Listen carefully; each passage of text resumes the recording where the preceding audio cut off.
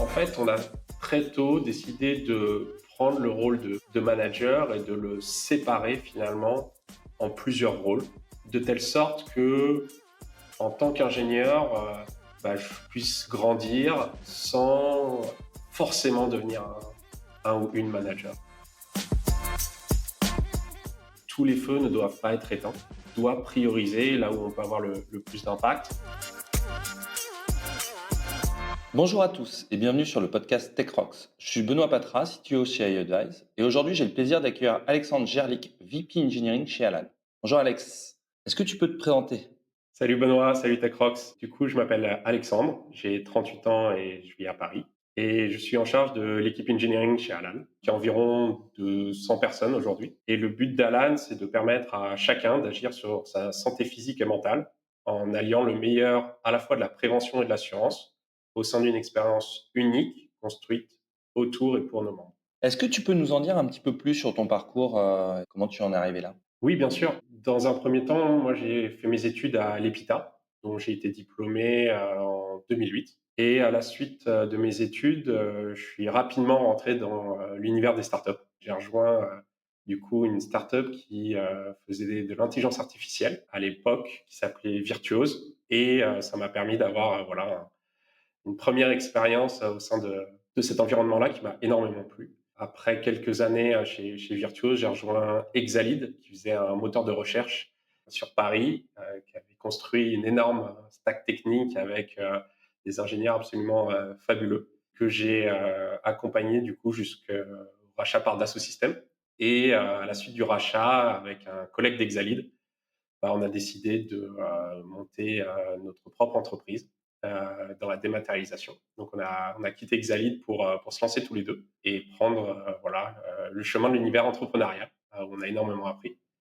Et à la suite de ça, quand ça s'est terminé, j'ai pris un peu de temps pour voir ce que j'allais faire par la suite. Donc j'ai fait un peu de freelance, j'ai donné des cours au sein d'un programme qui s'appelle Le Wagon pour les personnes sans background technique, mais qui souhaitent aussi apprendre à coder pour la plupart du temps monter une entreprise. Et après quelques temps à réfléchir quelle allait être ma prochaine étape, j'ai changé de pays, changé d'environnement. Je suis parti du coup en Irlande, à Dublin pour être précis, pour rejoindre une société qui s'appelle Intercom et dont j'étais un utilisateur à l'époque. Et le produit me plaisait énormément. Et je me suis dit, on va tenter le coup. Je connaissais personne en Irlande, je connaissais personne chez Intercom et tout s'est bien passé. Du coup, je les ai rejoints. J'y suis resté 3 ans. 3 ans qui ont été exceptionnels d'un point de vue professionnel et personnel. J'ai appris beaucoup de choses. Après 3 ans, pour principalement des raisons familiales, j'ai souhaité me rapprocher de la France pour éviter les allers-retours entre l'Irlande et Paris. Et là, j'ai rejoint une entreprise qui avait été fondée par des Français aux États-Unis, qui s'appelle Front, qui faisait un client email pour les entreprises, et avec la mission d'ouvrir un bureau engineering à Paris. Donc vraiment un peu le zero to one, mais cette fois d'une entreprise qui était déjà bien lancée. Donc là, mon rôle a été plutôt un mix entre office manager et responsable de l'infrastructure. C'était très sympa. Et puis après, mon chemin a croisé celui de Charles Gorintin, le CTO d'Alan. Et c'était il y a maintenant quasiment 5 ans. Et j'ai rejoint Alan avec le but de voir finalement si les choses que j'avais pu apprendre durant mon parcours sur comment faire grandir des équipes techniques, comment soutenir des croissances des fois assez exceptionnelles, et je pouvais l'appliquer sur une mission qui me tenait plus à cœur. Super, donc il y a beaucoup d'aventures et parmi toutes celles, si tu peux un peu tenter de synthétiser, qu'est-ce qui t'a le plus aidé pour te développer dans ta carrière? Quels sont les éléments que tu retiendrais? Je pense que mon expérience chez Intercom a été vraiment un accélérateur. J'ai eu la chance de faire vraiment beaucoup de différentes choses là-bas. Je suis arrivé en tant que DevOps, alors que il y avait pas mal de challenges en fait sur le scaling des bases de données. Et je me rappelle encore que, par exemple, la première semaine d'astreinte, la base de données tombait plusieurs fois par nuit. C'était vraiment horrible pour gérer la charge aux US. Enfin, plutôt parce qu'elle n'arrivait pas à gérer la charge aux US. Bah, à ce moment-là, au sein de mon équipe, il y avait des anciens de AWS, Facebook, Google. Et j'ai énormément appris auprès d'eux sur comment gérer ce type de challenge, comment avancer malgré les incidents qui se répétaient. Après ça, j'ai eu la chance de démarrer ce qui deviendra le premier projet d'intelligence artificielle chez Intercom à partir de zéro. Donc là, c'était vraiment une expérience assez unique de pouvoir bootstrapper un projet. Et à la suite de ça, comme la compagnie grossissait, j'ai eu l'opportunité cette fois de prendre un rôle de manager d'une petite équipe que j'ai eu l'occasion de faire grandir du coup au fil du temps et qui est devenue plusieurs équipes. Donc vraiment, en l'espace de 3 ans, je pense que c'est la succession finalement de ces différentes opportunités qui a vraiment été clé dans mon développement. Donc, si on revient un petit peu plus sur ton poste actuel, tu as dit, ça va faire 5 ans que tu es chez Alan. Quelles ont été tes principales étapes et quels sont tes enjeux actuellement? Alors, j'ai du mal à me dire que ça fait déjà quasiment 5 ans. Là, en septembre, ça fera 5 ans et je pense que ça a été très, très vite. Alan est sur une trajectoire assez exceptionnelle et effectivement, j'ai encore du mal à me dire que ça fait 5 ans. Je ne sais pas si je peux vraiment avoir une structure très claire des différentes étapes que j'ai eues au cours de 5 ans, mais je dirais que déjà, il y a eu une phase d'onboarding qui a été très importante pour moi chez Alan. La culture était déjà établie et très forte au moment où j'ai rejoint Alan. Notre CEO, Jean-Charles, était en train de mettre en place les dernières updates sur nos leadership principles. Les valeurs étaient déjà pleinement utilisées tous les jours. Et donc, du coup, cette phase d'onboarding sur comment est-ce que je mixe l'expérience que j'ai eue et voilà, cette culture vraiment spécifique à Alan a été un des moments très importants, en tout cas pour moi, pour appréhender ce rôle et de voir aussi ce que j'allais pouvoir apporter à une équipe qui était déjà finalement très senior au moment où je rejoins Alan. La deuxième étape, ça a été une partie de la raison de mon recrutement, c'était de voir comment est-ce qu'on allait faire grandir finalement l'engineering tout en restant très fidèle à notre culture.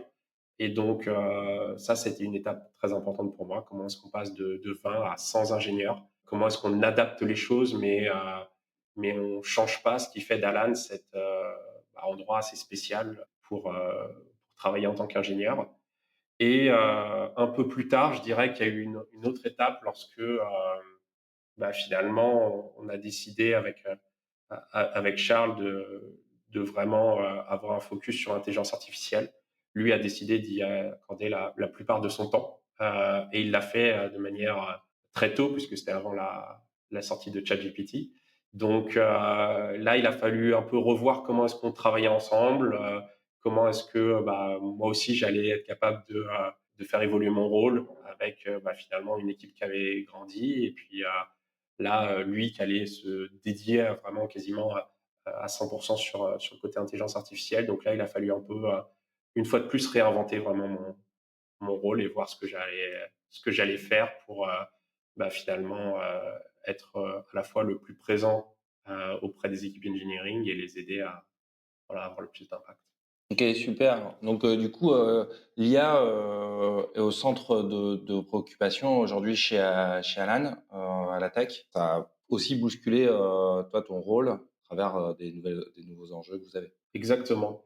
Je dirais même que l'IA est au cœur de plus que la tech chez Alan et c'est peut-être ça qui nous rend, assez spécifiques, c'est que l'intelligence artificielle est au cœur vraiment d'Alan, au Mmh. cœur de la société et donc pour être super précis, aujourd'hui, on a nos équipes marketing qui, maintenant, depuis longtemps, vont, utiliser de l'IA générative, par exemple, pour, créer les assets, Mmh. nécessaires pour, les présentations de manière autonome. Donc, Mmh. on a travaillé avec eux pour leur fournir les outils pour le faire. Et c'est uniquement un des exemples. Mmh. Mais tous les départements d'Alan aujourd'hui, aussi bien les plus tech, je dirais les moins tech savvy, sont vraiment orientés sur comment l'intelligence artificielle va changer leur quotidien et comment Mmh. ça peut les aider. Moi, dans mon rôle, il y a eu cette étape-là où effectivement, il a fallu que je revoie un petit peu comment je vois mon rôle et comment est-ce qu'on allait, d'un point de vue engineering, à la fois supporter les autres équipes et puis même nous en interne, qu'est-ce que ça veut dire finalement demain d'être ingénieur lorsque l'IA générative permet de créer du code de manière de plus en plus, je dirais, efficace, de plus en plus finalement partageable avec d'autres personnes que les ingénieurs. À quoi ça ressemble demain le métier d'ingénieur et comment on se positionne par rapport à ça. C'est, passionnant. Tu l'as dit, quand tu as présenté tes étapes, tes enjeux sur la phase d'onboarding, que qu'Alan, c'est une place un peu particulière, dans le monde de la tech. On dit qu'il n'y a pas de manager, mais qu'il y a quand même du management.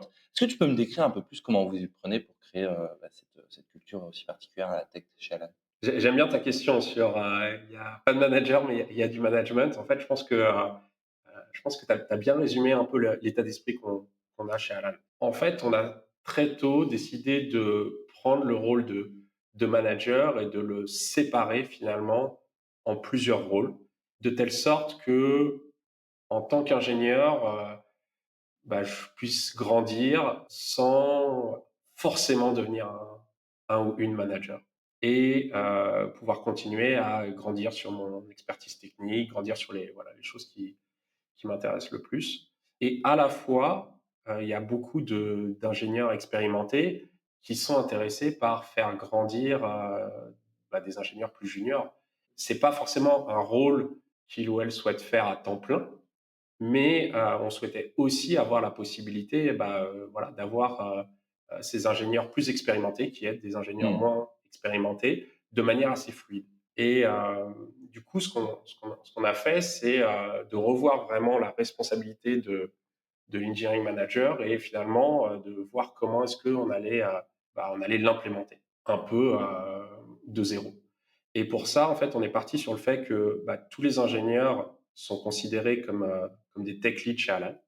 Donc, ce que ça veut dire, c'est que on s'attend que, en tant qu'ingénieur, ils soient capables d'identifier les pistes d'amélioration sur notre stack technique, sur aussi comment on va se connecter avec le business, puisse prendre l'ownership finalement de faire ces changements, que ça soit pour proposer une façon de, je sais pas, changer un index dans notre base de données, d'adopter un nouvel outil, en fait, qu'ils se sentent vraiment capables de driver ce changement sans avoir la nécessité de un ou une N Mmh. plus 1 ou N plus 2 qui devraient absolument valider leur approche, mais plutôt qu'ils prennent l'ownership, ce qui fait connexion aussi avec notre valeur d'ownership distribué, qui est Mmh. très forte chez Alan, et du coup qu'ils soient capables de documenter et d'avancer. On a le rôle aussi de crew lead. Une crew, pour nous, c'est un peu une équipe pluridisciplinaire qui va avancer du Mmh. coup sur un problème à résoudre.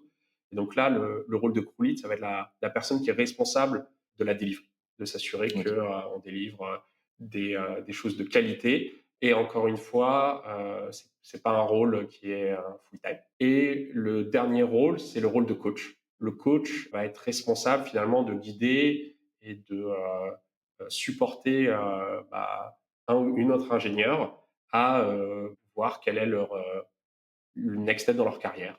Comment est-ce que je peux grandir en tant qu'ingénieur? Le coach est là pour m'aider et pour voir quelles sont les opportunités qui permettraient de grandir. Donc, parmi ces trois rôles que je viens de décrire, la partie qui est vraiment spécifique, c'est qu'il n'y a pas il n'y a pas de rôle full-time. Et Mmh. donc, les ingénieurs peuvent, en fonction de leur aspiration, de l'exploration, leurs intérêts, se dire que, par exemple, je vais devenir crew lead pour voir si c'est quelque chose qui m'intéresse, quelque chose où je peux apporter de l'impact à Alan. Mais c'est pas une voie dans laquelle, en gros, Mmh. je suis obligé de suivre pendant des années. Après quelques temps, peut-être qu'il y a un projet où euh, on souhaitait avoir un rôle peut-être plus de contributeur individuel. Et donc, Mmh. nous, ce qu'on va faire, c'est voir comment est-ce qu'on facilite ce type de transition de manière assez régulière pour créer de la fluidité au sein de l'engineering, mais aussi éviter les silos, qui est un autre point qui est très important pour nous. C'est super intéressant. J'imagine que ça doit aussi beaucoup intéresser les gens qui vont écouter ce podcast, parce que on a vraiment tous un peu ces questions-là. La question, c'est si on prend le point de vue assez héroïste en termes d'avantages versus effort, quelle est la plus-value finalement à créer des nouveaux mécanismes d'organisation qui n'existent nulle part ailleurs, qui ne sont pas documentés, qui sont pas expliqués par ailleurs. Est-ce que c'est pas un peu réinventer la roue si on compare à un mécanisme plus traditionnel et c'est d'efforts en plus? C'est une bonne question et je te remercie de la poser. Je l'ai de temps en temps et je me la pose aussi de temps en temps. Je pense que c'est tout à fait normal de se dire est-ce que là où on passe du temps, est-ce que vraiment ça, voilà, ça fait avancer les choses, est-ce que c'est important. Aujourd'hui, après à peu près 5 ans chez Alan, je pense que l'organisation que je viens de te décrire et la façon dont elle a évolué, ça a été, je pense, clé aujourd'hui dans le succès de Alan et aussi dans l'équipe qu'on a réussi à Mmh. monter au sein de l'engineering.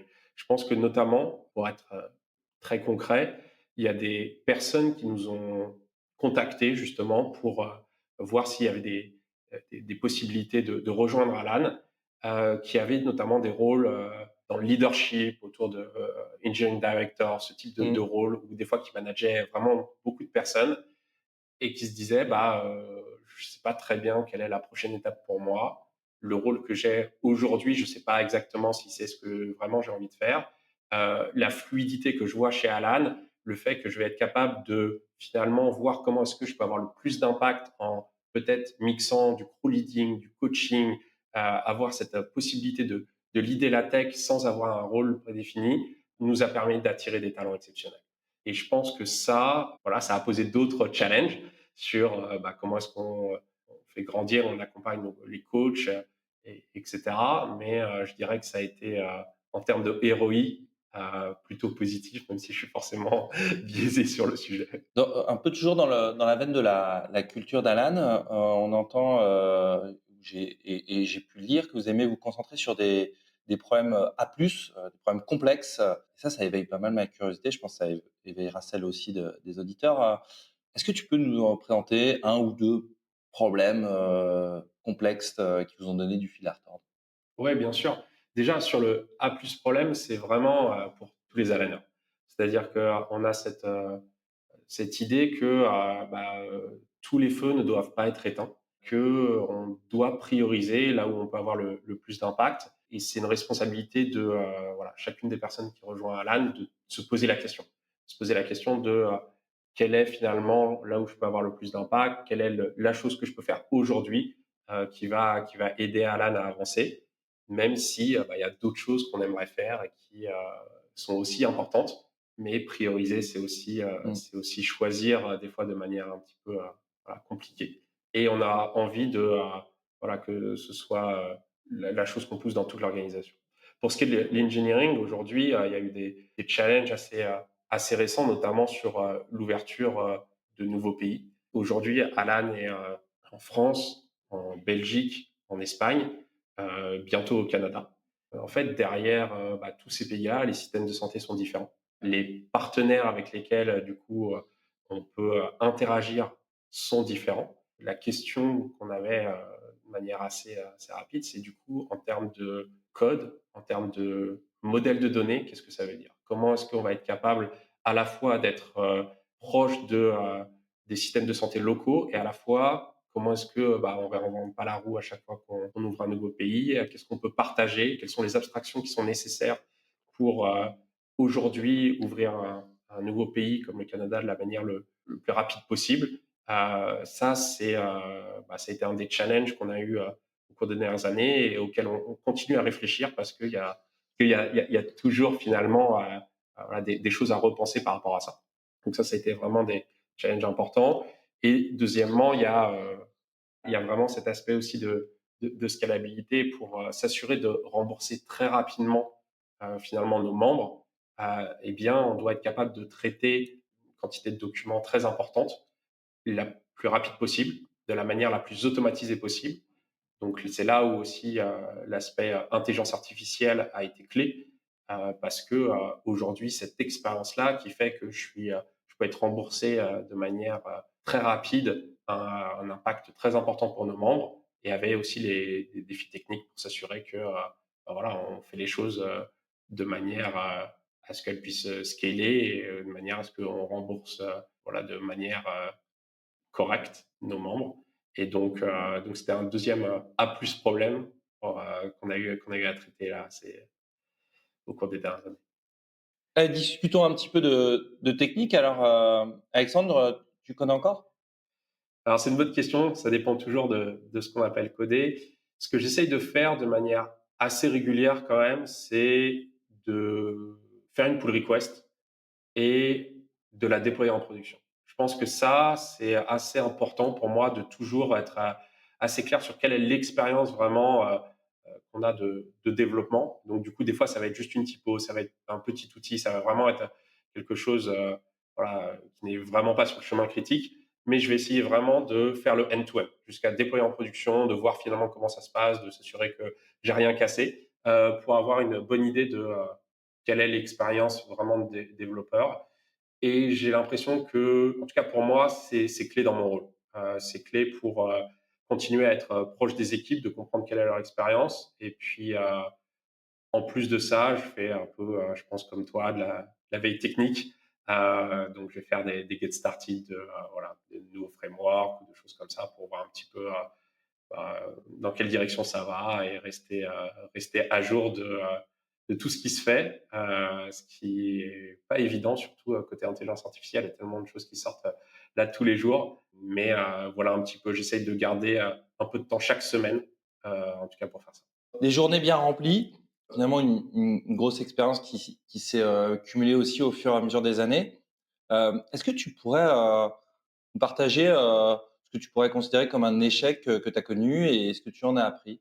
Oui, alors des échecs, je pense que j'en ai eu beaucoup. Je pense qu'il y a eu beaucoup de choses dont je pourrais parler. Celui qui m'a peut-être le plus marqué ou le plus fait grandir, je dirais que c'est quand j'ai fondé ma société. Du coup, j'ai fondé ma société à Archivzen à la suite, voilà, de mon expérience chez Exalead et je pense que ça a été très formateur.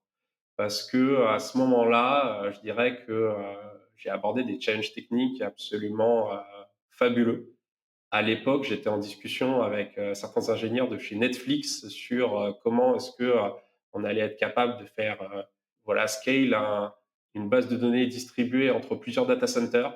Donc vraiment des sujets passionnants, des challenges aussi qui étaient très compliqués où je me suis vraiment épanoui. La seule différence, c'est qu'on avait zéro client à l'époque. Et il y a un moment où, il a fallu un petit peu quand on est dans l'entrepreneuriat, on n'a pas le choix, il faut relever un peu la tête et se dire: «Bah, du coup, qu'est-ce qu'on a fait au cours des derniers mois?» Et là, je me suis aperçu que, il y avait quelque chose qui ne marchait pas correctement et qu'il fallait absolument changer ça rapidement. Donc ça, c'était une vraie remise en question sur moi à titre personnel. Où est-ce que Qu'est-ce que j'ai envie de faire? Où est-ce que je vois mon impact? Qu'est-ce qui me passionne finalement au jour le jour? Est-ce que c'était de rester finalement dialoguer avec les équipes Netflix sans finalement avoir de vision sur l'impact que j'allais avoir? Ou plutôt voilà, aller chercher des clients, comprendre leurs besoins, et cetera.